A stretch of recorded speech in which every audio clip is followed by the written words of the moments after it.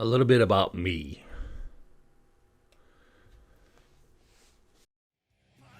Nuclear warheads, the weapons of mass destruction. The missiles are on the Lord's band. They're pointed at every nation. Time gets shorter. Crates of guns and ammo from country to country. They bring to the people. I grew up in a nice family, nice house, awesome family. I can't speak for my brother and I can't speak for my sister, but I can speak for me.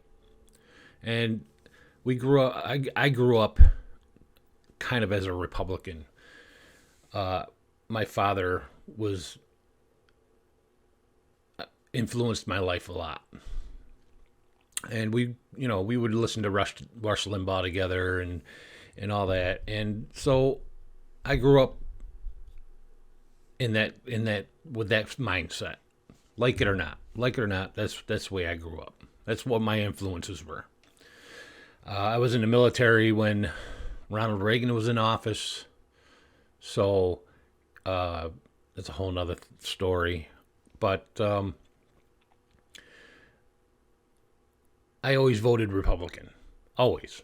Didn't matter who it was. I just right down the line with the R's, because that's kind of that's what my father did.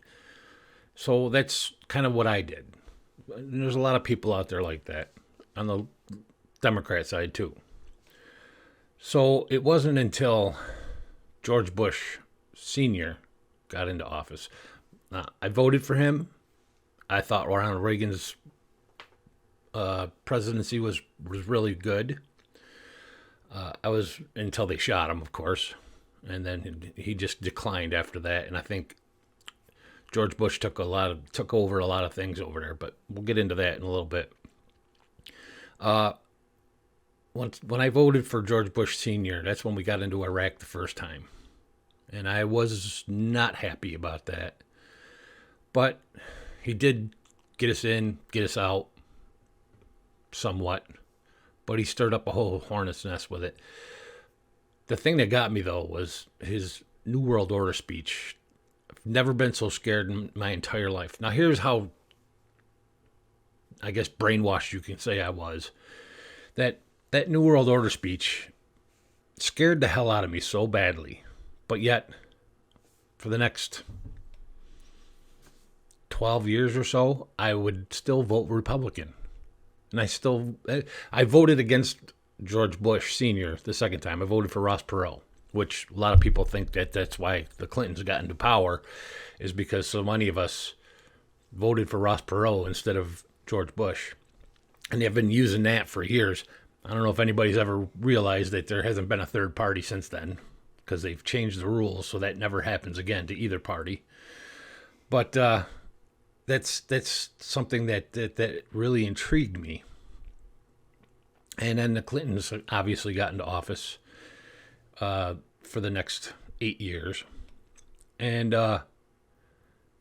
it's just funny how I've been watching this. And when Clinton came up for re-election, the Republicans put up Bob Dole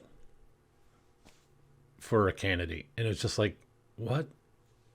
I holding my nose, I voted for Bob Dole because, again, R all the way down. So then Clinton's last term, they put up Al Gore. And I didn't like Al Gore.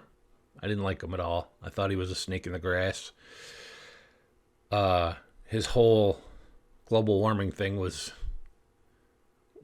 just kind of stupid, if you ask me. And it's been proven to be wrong. So whether you like it or not, that's already been proven to be wrong. I mean, New York City was supposed to be underwater last year. So there you go.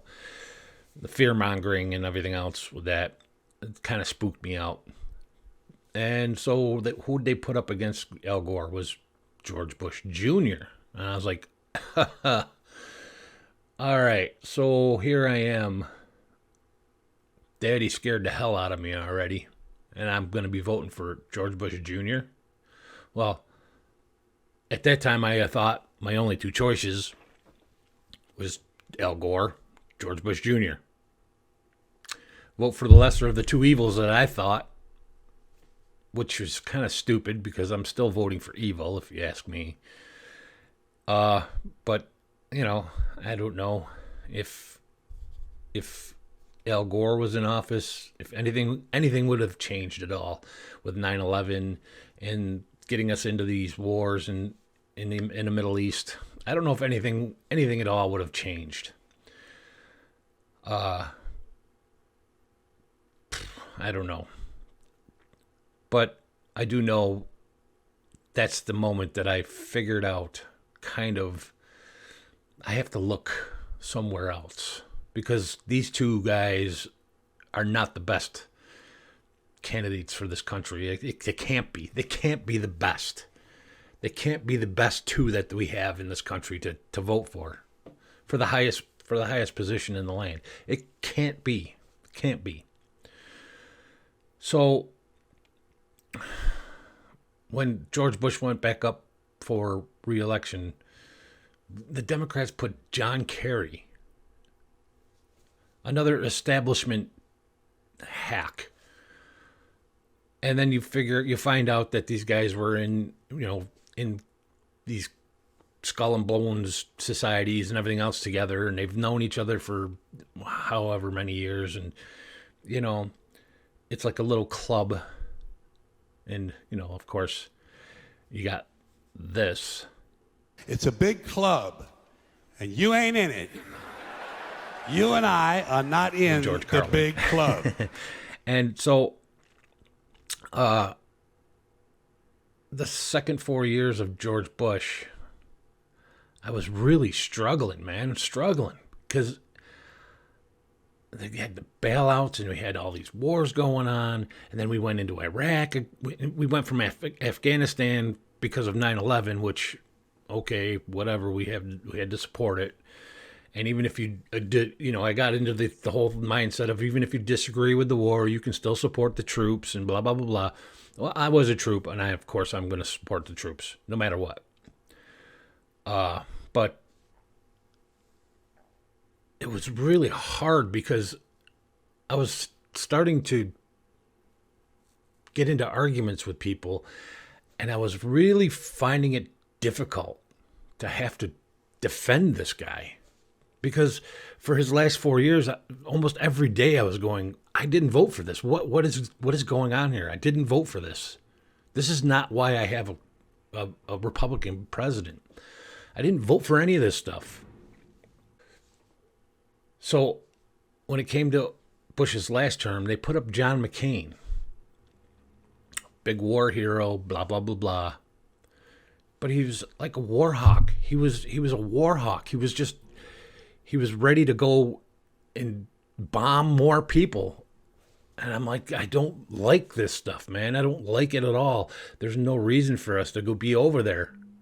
And at this point, we've been in the Middle East for what, 8 years now, 7 years? And it's like, I don't understand why we're still there. And why we're in Iraq. Why are we in Iraq? I don't get it. It's just not right. And so again, they put up the lesser of two evils, and I was probably, I know I was wrong, because obviously Obama would have been the lesser of two evils. You'd think I would have voted for him, but I didn't. I voted for John McCain,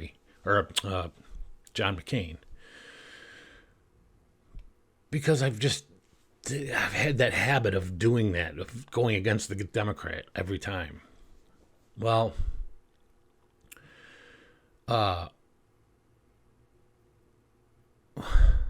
next election was when Ron Paul ran, and I finally saw it for my own two eyes. I saw it with my own two eyes that they completely decimated that guy and his campaign. Now, he was running as a Republican, but it's kind of the first time I've heard of this libertarian thing. So I was reading Dr. Paul's stuff and really listening to him, And he was an amazing, amazing person. He's the one I think that could have turned this ship around when we had a chance. But you know how many times I heard somebody say, "Oh, I like Ron Paul. He's, I agree with him 65, 70%, but I just can't vote for him because he can't win. He can't win." And I'd be like, "What do you mean he can't win? If you vote for him, and everybody who says that he can't win votes for him, obviously he can win." I heard this on like news, on radio and stuff like that, from like disc jockeys and whatnot. People that aren't in the news, they would say that stuff, and it's like, you're just a talking point. That's all it is. So, once Ron Paul didn't win the nomination, and they picked Mitt Romney over Ron Paul, I was like, all right, that's it. I actually wrote Ron Paul in as a candidate. I wouldn't vote for Romney.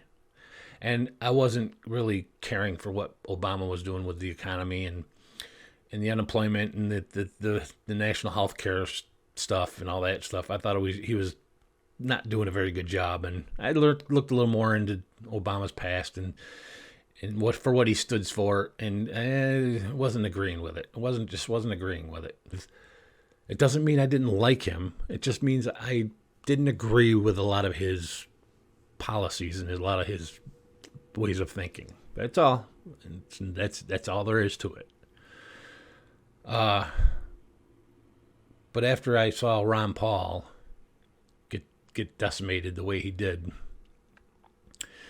in 2012, then really I saw the writing on the wall. So I looked up this Libertarian Party, and it was good. I liked it. I liked a lot of the things that they stood for. Freedom, the non-aggression principle is fantastic. It's right up my alley. That's exactly what I was looking for. When it came to these wars and things, I was looking for something that answered questions of what we do and how we do it when it comes to going to war. And what we were doing is completely, absolutely wrong. So you can say that I kind of stopped being a staunch Republican in 1992.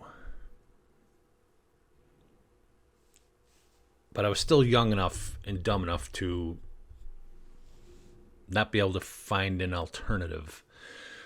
And I went through 8 years of the Clintons and another 4 years of another Bush before I actually was looking for something new. So I kind of jumped ship after Ron Paul. After what they did to Ron Paul, I really jumped ship from the Republican Party and found the Libertarians, and I really liked what they were doing. I really liked everything they stood for. So it wasn't until 2012 that I stopped voting for the Republican. So you're talking 10 years, 20 years? 20 years I went through my life trying to find something new. It was disgusting. It was horrible. I had such mixed feelings about everything. I couldn't really take it anymore. So Gary Johnson ran in 2012, and I voted for him in 2012. In 2016, I think I wrote in Darrell W. Perry. I didn't even vote for either one of them candidates, the mainstream candidates, again, because obviously I am not voting for Hillary Clinton. It's not happening. And to me, Trump was just as bad. I mean, I didn't think he was going to be. I mean, I've been watching Trump for years and years and years, so I knew he was a liberal for years. And he's going to come in and restore these conservative values. I wasn't trusting it very well. Plus, I've always thought he was a jerk anyways. And so the Trump thing is a whole nother story. And now I'm finding myself defending the guy because the opposition is just so bad. But anyways, the reason why I call this show the RepubliTarian is because I still do have some of those conservative Republican values. And the libertarians do attract a lot of liberals that are on the opposite side of what I think. But we can meet in the middle there. But there's still a lot of things that I don't agree with them. These open borders, obviously with the coronavirus, you can't really say that you are for open borders because it's kind of, I don't know, it's kind of dumb right now to think that. But on the other hand, I don't know if I want to completely shut down the borders either, because there's one thing I always said about the wall is, you know, even if same thing I said about Obama's health care, I always said the same thing about Trump's wall, is that, all right, I'll give him the total benefit of the doubt that he wants to try to make the American economy better, and he's doing all this because he thinks it's the right thing to do. But here's the thing. At some point, that Donald Trump is a contractor. That wall is going to last for 100 years. At some point, we're going to have somebody to get into office that's going to turn that barbed wire inside and use it against us. That's what I've said from the beginning. It's one of the things I hated about Trump's wall. It's just, you don't do stuff like that. And that's one thing that I agree with on the libertarians.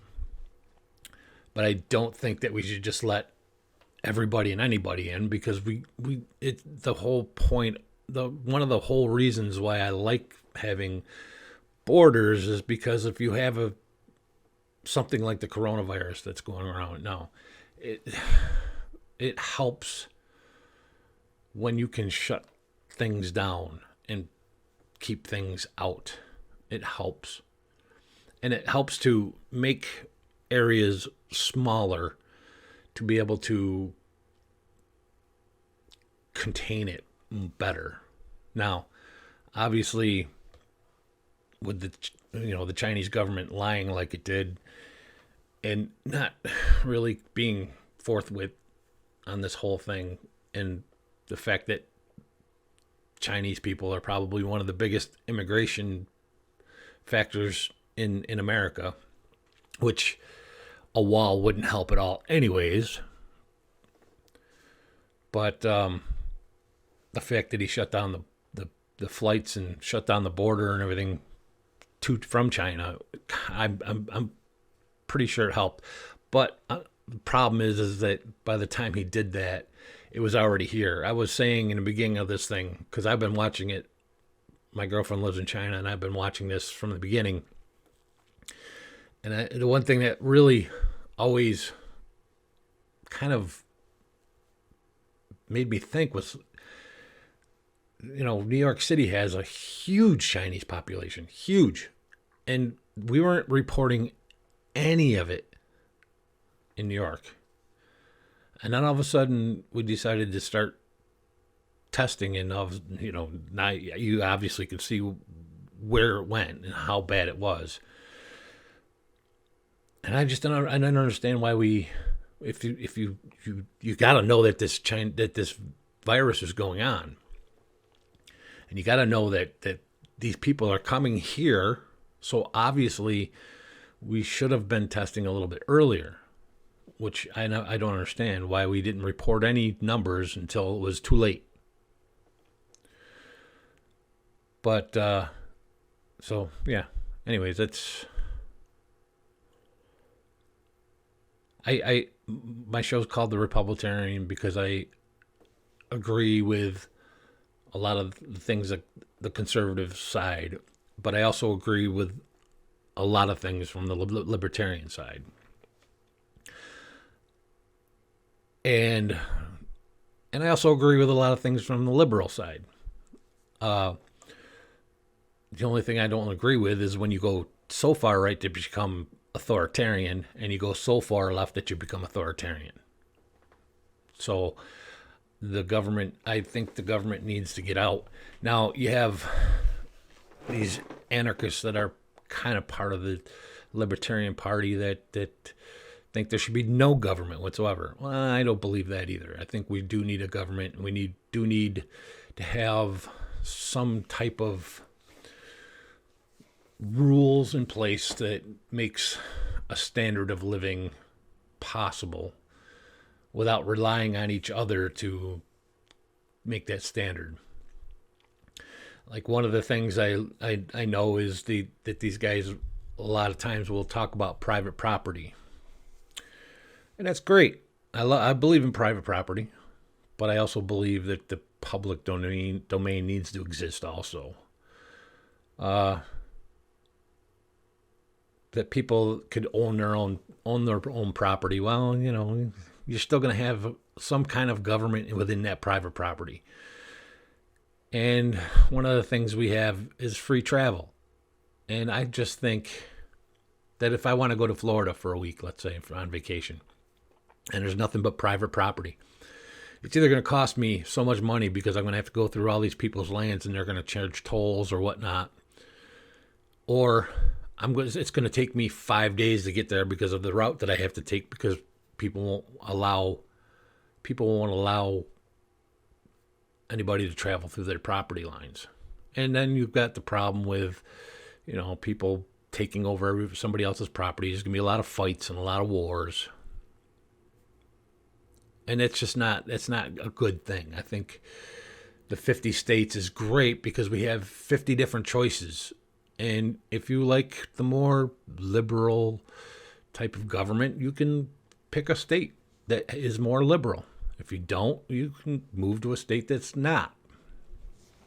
Problem I think we're having right now is that we're like lumping everybody together and trying to make every state the same, and that's communism, and I don't like it. It's all about the party. You only have one party to choose from, and so that party has to hang on to power as mightily as they can. So they're going to do things that are very underhanded to make sure they don't look bad, because if they look bad to their people's eyes, then they lose control. And when they lose control, they lose power. And if you ask me, that's what's supposed to happen, but it does bring up a lot of questions on whether communism is good or not. Socialism, on the other hand, I don't know. We do have some good socialist programs that has done a lot of good for people. But on the other hand, it's also made things a little more fuzzy. You know what I mean? Without welfare, just imagine what the breadlines would look like today. If you've seen any pictures of the breadlines from the Great Depression, if we didn't have welfare in place right now, what would the breadlines look like today? So that's a good thing because people are being taken care of, but it's also a bad thing because we don't really realize what kind of shape we're in, I don't believe the libertarians when they say that we should all succeed from the union, or secede from the union, because I do believe that us standing together is a powerful thing in the world, and we can do a lot of good for people as a nation, as a whole. But I also believe, if you believe in these liberal values and stuff like that, which is great, it's fine. California, New York, Washington, Seattle, these places are all havens for liberal values. And if that's what you like, then that you have a place to go. Problem is when you're trying to make more conservative states like North Carolina or Alabama or any of these other places that are a little more conservative, you're trying to change them into what you want. And 99.9% of you don't even live there, so I don't even know why you worry about it that much. And then you have a bunch of other states like Pennsylvania and Ohio and, a lot of states that are kind of middle of the road. And a lot of people like living there. The bottom line is that I love the Libertarian Party. I just can't get on board with everything they think and everything they say. I listen to a lot of libertarian podcasts, and there's a couple of them out there that are really good. A couple of them are really good. There's a couple of them I agree, and then I disagree, and then I agree, I disagree. But there's a couple of them. There's a couple of them. Tom Woods is a good one. Scott Horton is fantastic. There's one called Part of the Problem with Dave Smith. Fantastic show. If you really want to know how I think, Dave Smith is probably the one guy that I come closest to agreeing with most of the time. He still has a few things here and there that I disagree with, but for the most part, he's on board with me, or I'm on board with him, I should say. So that's it. I'm gonna do a different kind of podcast next. I'm kind of tired of this whole coronavirus thing and everything else, so I'm gonna do something else a little differently. I'm gonna talk about a little music in the next podcast. In the next video, so it'll be fun. Check it out. See you next time.